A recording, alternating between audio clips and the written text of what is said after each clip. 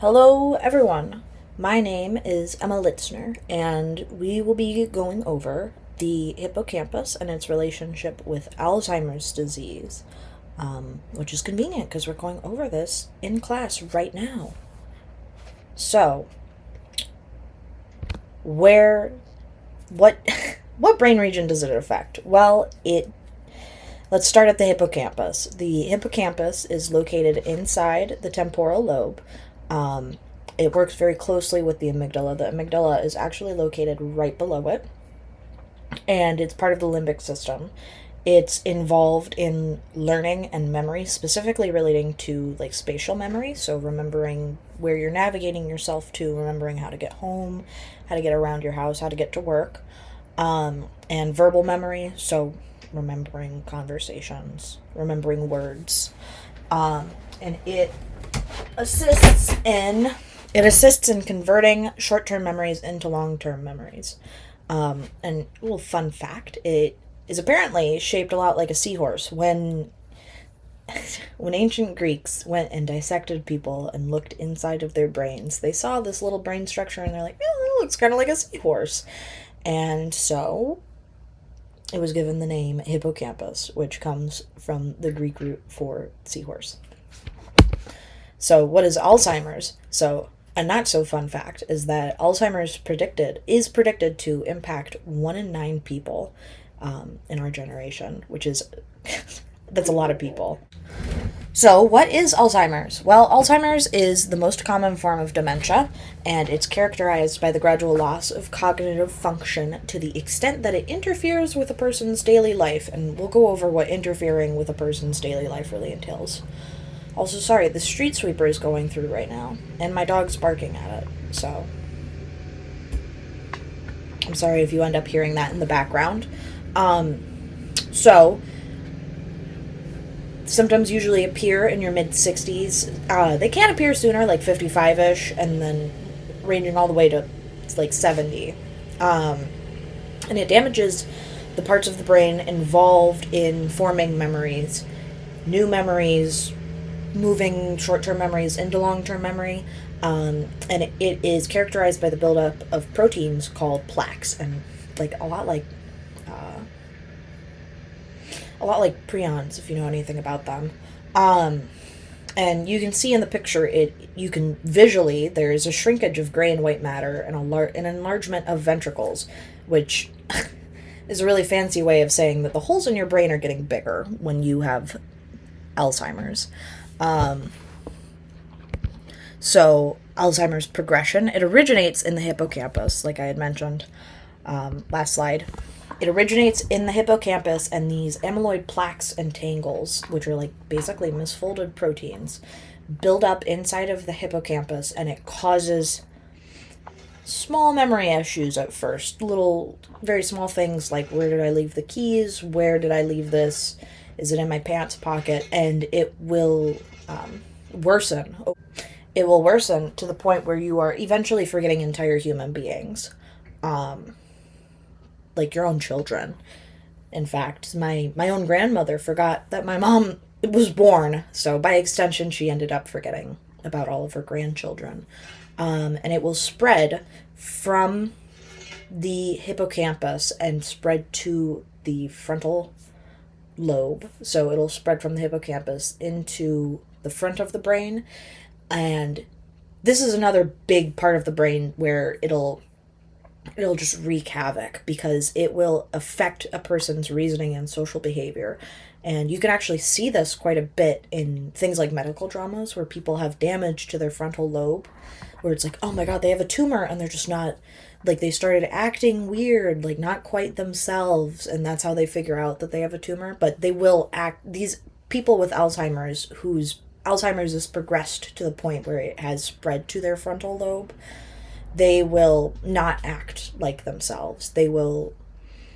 It's kind of like there's no filter, almost. They will do things that you would never imagine them doing in a million years. Like a normally very prude person might go so far as to grab the butt of the nurse that's taking care of them, or to catcall people when they normally wouldn't. Or, I mean, you can see it in old people nowadays, where previously they didn't outwardly act racistly, and then all of a sudden they're behaving racist.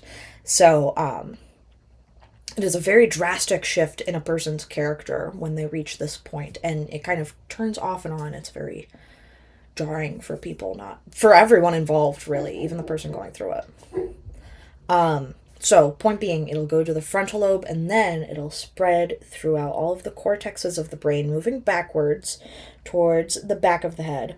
And it'll, as it spreads through these cortexes, it will again wreak havoc on your brain. It can affect fine motor control. So you might see individuals with Alzheimer's struggling to grab very small things, pick up things like pens or coins.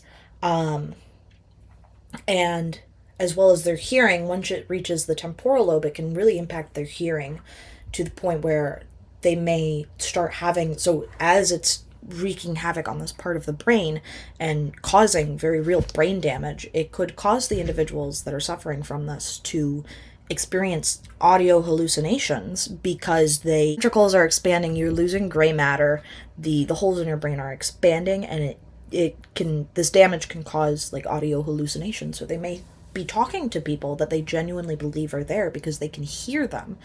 And again, I've seen this I saw this in my grandmother before she passed away, where she would be having whole phone conversations because she would hear the phone ringing. It wasn't ringing, but she would hear the phone ringing and she'd pick it up, and it's like her brain was filling in the gaps with, okay, well, the phone was ringing, so I must be having a conversation with someone on the phone now. So she was having whole phone conversations that just genuinely weren't happening. There wasn't anyone on the other side.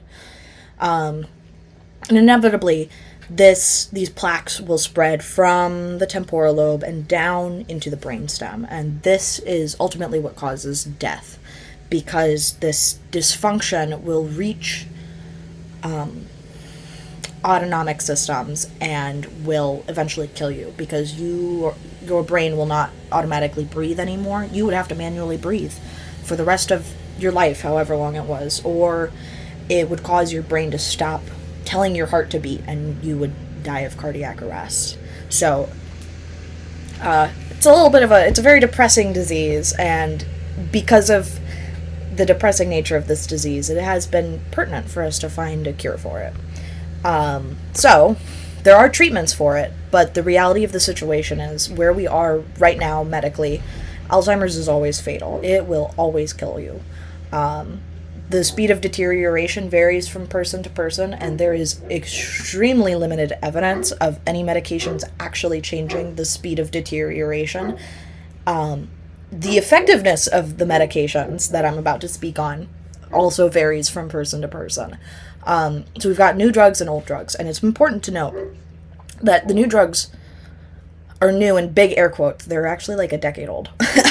They were developed within the last decade. You mean the last 2 decades, actually. So, fun fact.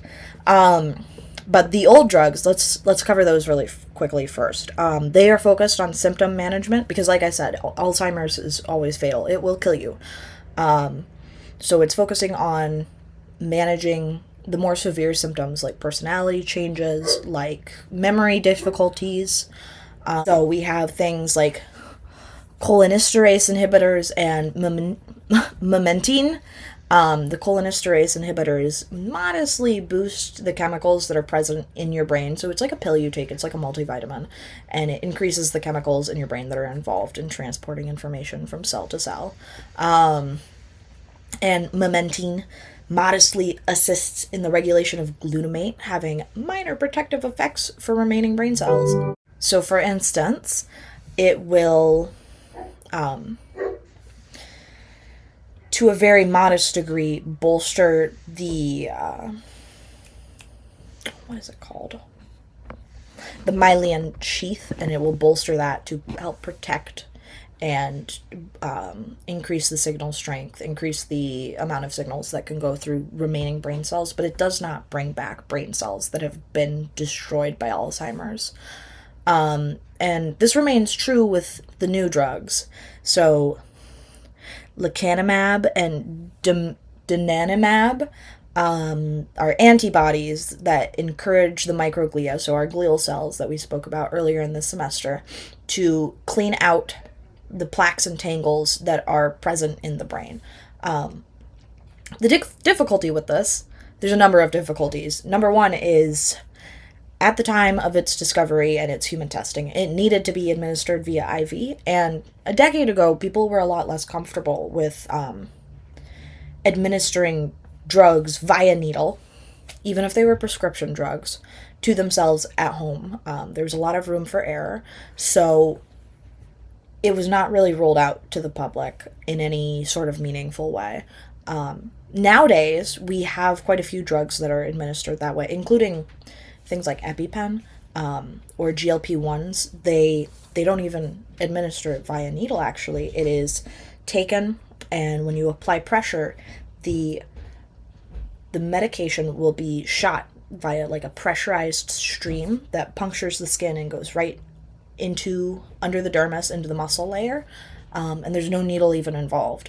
So people our age may end up being more comfortable with drugs like this and with the administration of drugs like this, which would allow it to be rolled out to people our age in like the pharmaceutical industry.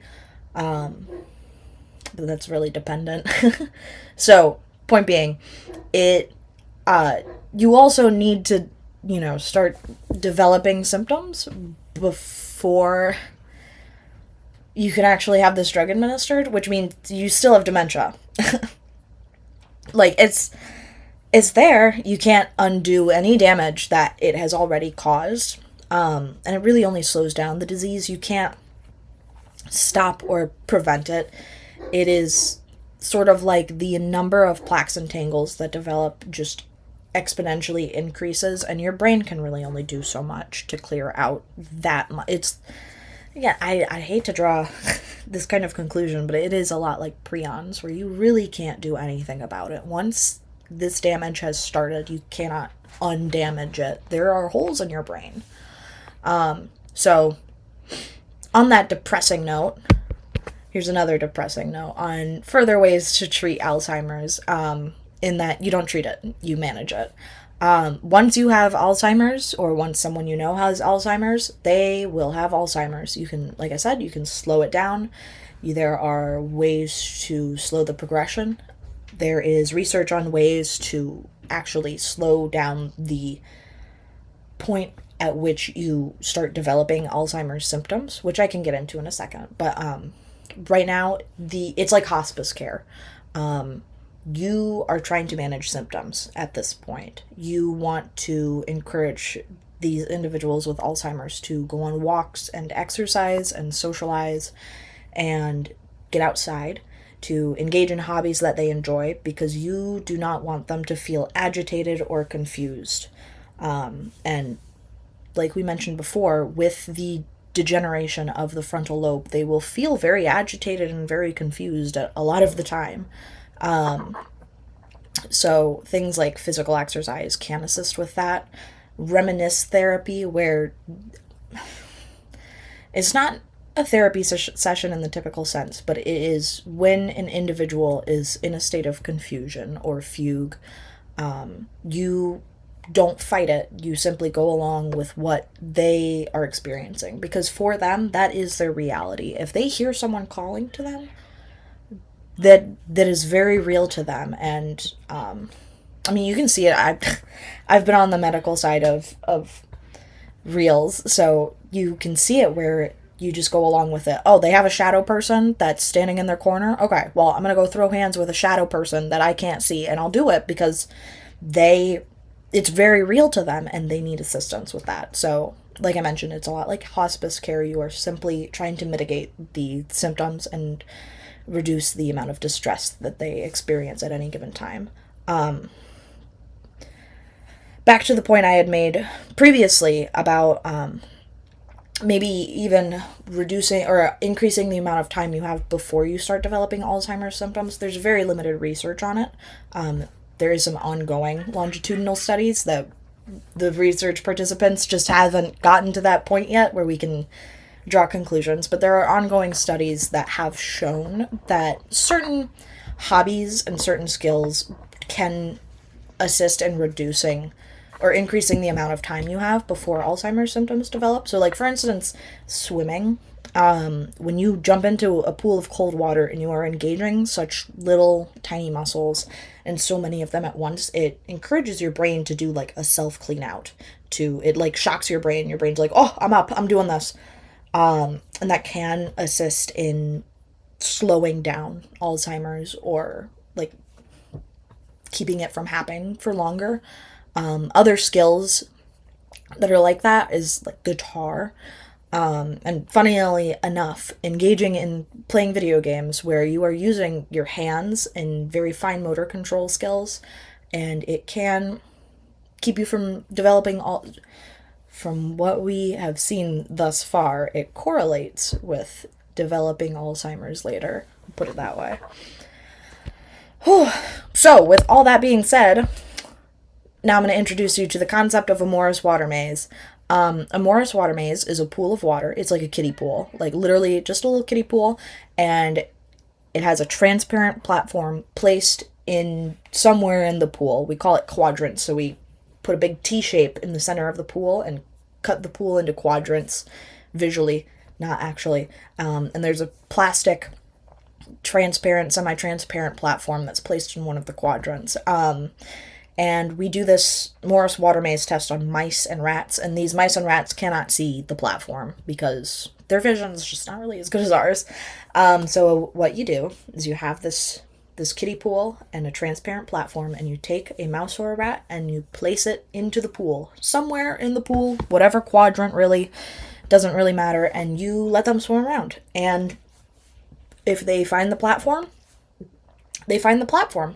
And if they don't, you show them where the platform is, and you give them about 2 minutes of rest on the platform, familiarizing themselves with where the platform is placed, the area around the platform, the walls around the kiddie pool, and then you pluck them up and you do it again and see if they can find the platform.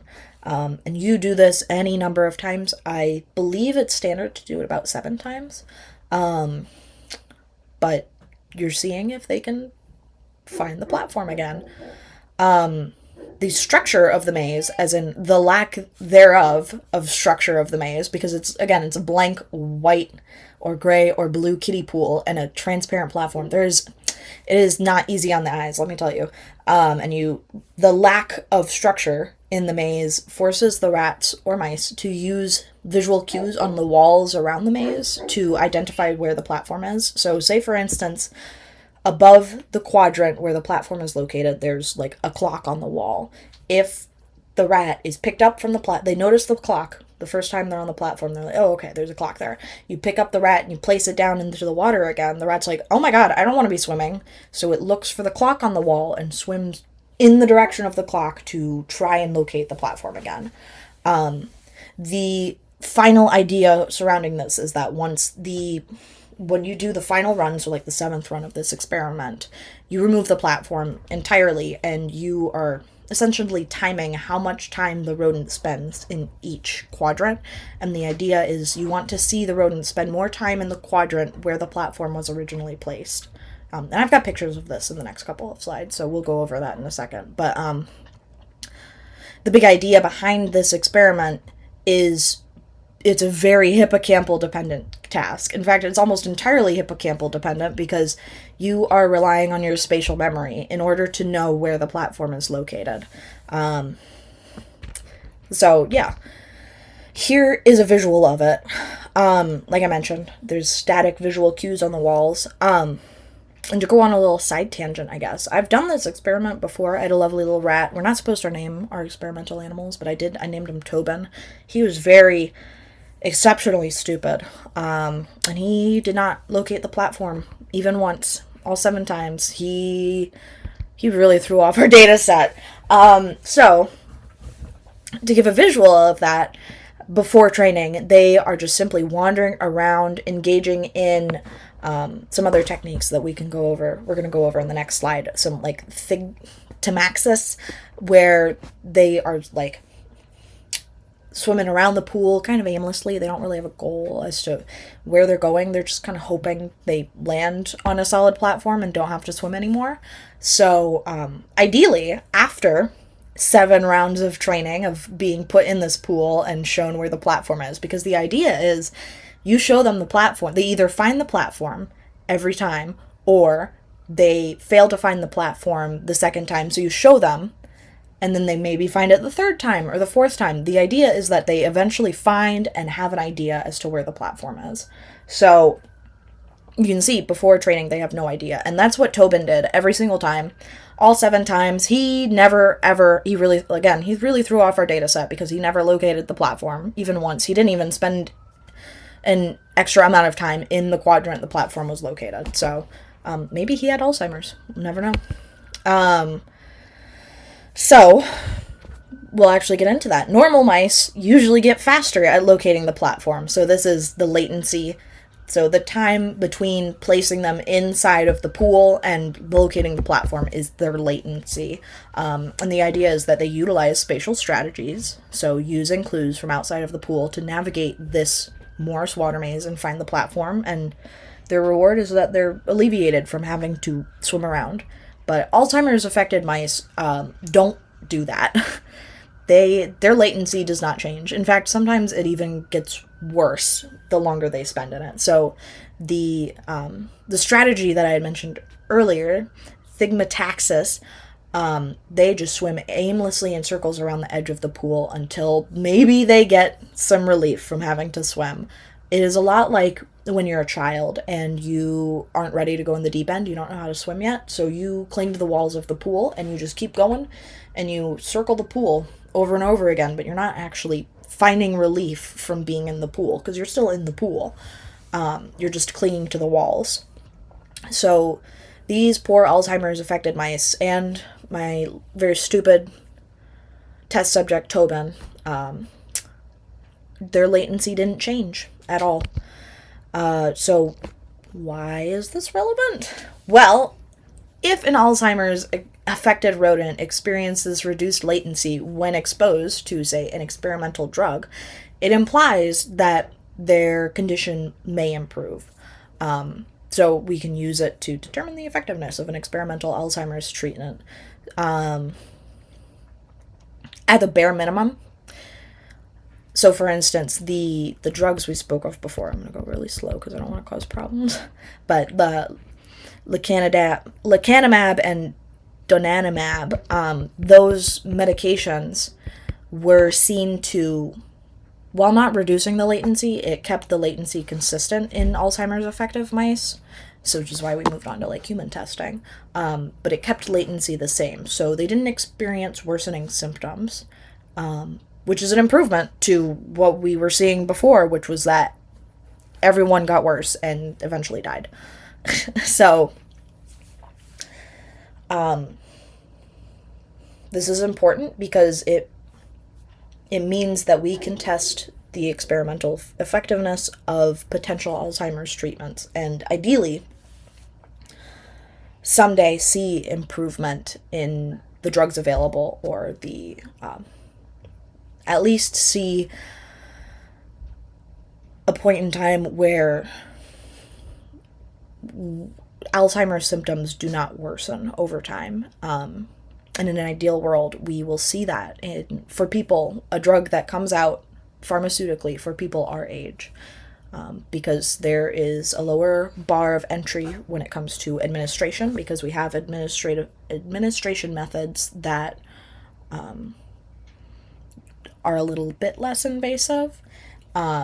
We have familiarity with said administration methods, and simply medicine will have progressed to the point where we will know a bit more about the plaques and tangles that pop up. Because like I said, I kept comparing them to prions. That's because we don't really have another comparison point. We don't really know what they are. They are prion-esque, but they're also not really prion-esque. They're proteins that are wrong, but like they're meant to be there.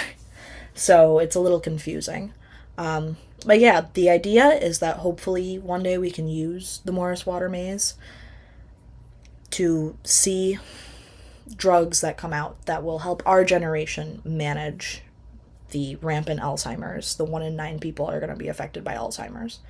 So, yeah, that's the end of my slideshow. I hope my dog barking wasn't too irritating. Because, my God, it's irritating to me. I'll say that.